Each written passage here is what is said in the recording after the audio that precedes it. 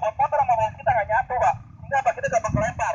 Yang kedua, ketika ngerem tadi pak, buntutnya bisa kemana-mana goyang-goyang. Tapi kalau motor tanki ini kita kepit, makanya anteng, benar kelempar, benar kan? Jadi saya yang ngendalin motor ini. Tapi kalau udah kebuka, ya motornya dari saya bisa kelempar.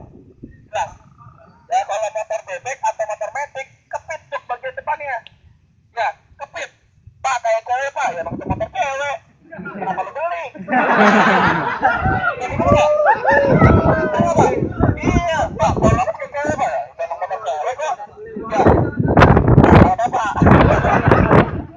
Dan, nah, lihat tuh. Nah, itu kenapa seperti itu masuk ke dalam. Cie, cie, cie. Nah, kenapa kayak gitu, Pak? Ya, ketika rapet, kan makanya tuh bagian depan motor metik atau bebek, ada turunannya, Pak. Iya, ada turun gitu kan. Nah, itu fungsinya adalah apa? Ketika Bapak rapet, itu kunci. Sehingga bawa motor nyatu sama Bapak. Oke, dapat belas sama sini Pak? 12, ya motor riding Pak.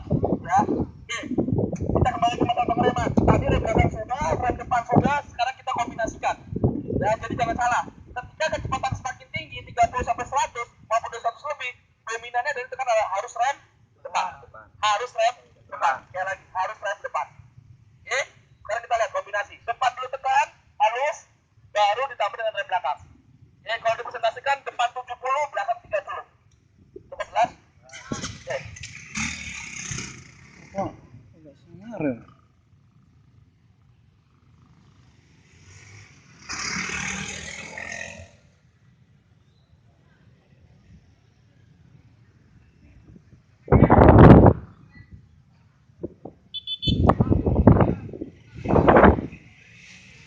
Oke, depan tekan tambah belakang.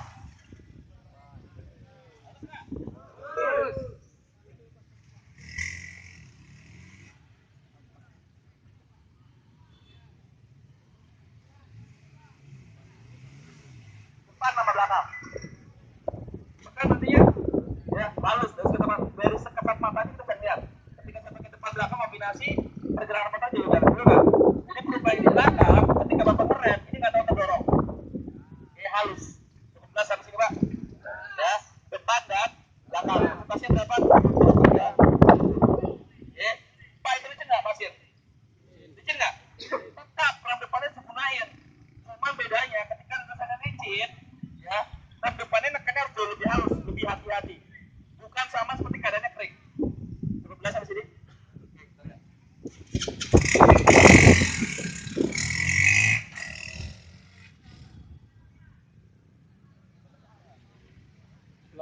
Semua motor berarti. Motor bebek sama kali ya. Tapi ngeri juga ya.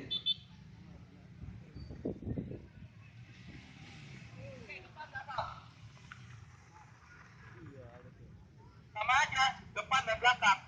Yang depan itu masih tekan.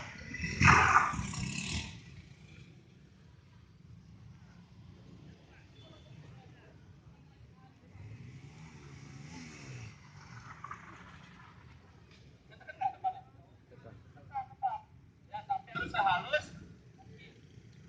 Cukup jelas sampai sini, Pak. Ya, tapi ingat, kalau lintasannya licin sudah jelas, jarak pengeremannya akan semakin jauh. Ya, jadi kalau lagi hujan atau di jalan berpasir, jangan ngebut-ngebut. Jelas sampai sini, Pak. Oke, ada yang mau nanya? Nanya. Ada yang mau nanya nggak? Ya, Pak. Itu berlaku buat motor bebek juga. Ya, semuanya, Pak. Jadi Saya kasih basic skill. Ya, mau naik motor Harley, mau naik motor sport, mau naik motor metik, apapun itu sama. Mau motor yang udah ABS sama. Ketika 30 sampai 100, depan dulu tekan. Baru rem, belakang. 70, 30. Oke? Ada lagi? Ada yang mau nanya? Angkat tangan. Jelas sampai sini nggak? Beneran? Mana? Mana? Mana, Bu? Mau nanya? Ayo. maksudnya 70 itu yang belakang apa? 70 depan. 30 yang belakang. Oh, emang banyak yang depan ya? Oke. Eh? Ada yang mau nanya lagi? Ada yang mau nanya? Oke, cukup jelas ya Pak ya. Jadi kalau 30 ke bawah pakai rem apa? Rem belakang saja. Depan kan? Belakang. Begitu kita lagi ngebut 100 ke atas sampai 110 pakai rem apa? Bisa ngerem, coba tuh. Hanya rem depan. Ya, begitu pakai rem depan, kilometer udah mulai turun 190 baru tambahin pakai rem belakang. Cukup nggak sampai sini? Oke, Arya, disiapin aja ruangannya, silakan. Bener nih, nggak ada mau nanya lagi? Kalau nggak ada yang mau nanya, oke. Sekarang kita masuk ke pengereman yang terakhir, Bapak Ibu. Ya, kita masuk ke pengereman namanya emergency braking. Oke, pengereman emergency braking ini nama tekniknya adalah sudden brake atau pulse braking. Kalau bahasa sininya adalah pompa atau kocok. Ya, perhatikan untuk yang motornya bebek atau motor sport seperti ini yang remnya ada di kaki, ya perhatikan cara pompanya. Ya, cara pompanya seperti ini, Pak. Perhatikan. Ya, perhatikan Pak, yang motor bebek atau motor sport. Tumitnya diangkat. Ya, kenapa diangkat? Supaya lebih cepat pergerakannya. Kalau di nempel, beda nggak? Beda. Lebih lambat. Angkat. Pompa. Barengan. Ya. Pompanya bareng depan dan belakang. Bapak Ibu tolong perhatiin ya. Ini saya tadi Bapak Ibu praktek ini. Ya. Pompa, pompa, pompa, pompa, pompa bersamaan. Oke, bukan selang-seling tapi bersamaan. Ya. Yang motor matic seperti ini. Dua jari, dua. Yang motor matic dua. Ya, bukan 4 seperti ini. Kalau bisa dua. Pak, remnya dalam, Pak. Nah, disetel. Pak, disetel udah, Pak. Berarti kapas lu habis. Ya, udah benar. Ya, apa berarti pakai 4. Apa? Ya. Tapi kalau bisa sudah ganti ya, Pak. Berarti kenapa sih 2 jari? Alasannya kenapa sih, Pak? Supaya ketika ngerem, yang 2 jari lagi ini nahan. Ya, kalau 4 seperti apa terjadi? Lepas. Jelas ya? Terus tolong jempolnya nih, jempolnya. Jangan ada di atas ini. Ya, sama jangan ada di bawah, jangan ada di saklar. Ayo wonten telepon. Mendadak, jempolnya di atas.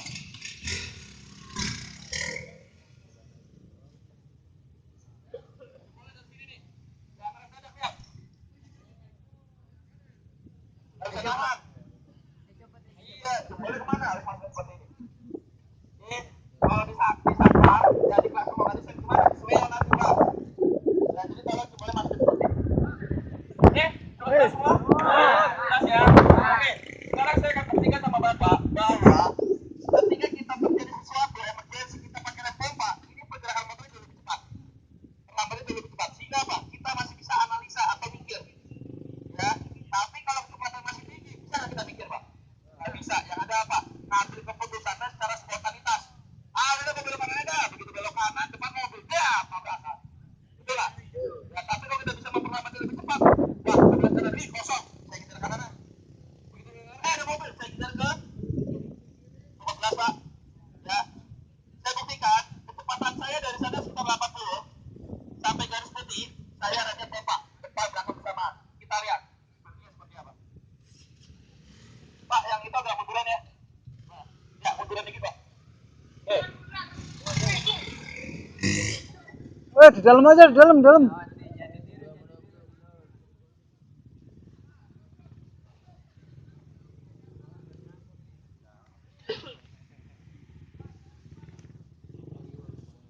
Motor itu gimana bawa penumpang? Capek-capean.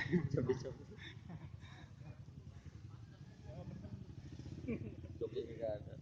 Wah, yang bawah aja.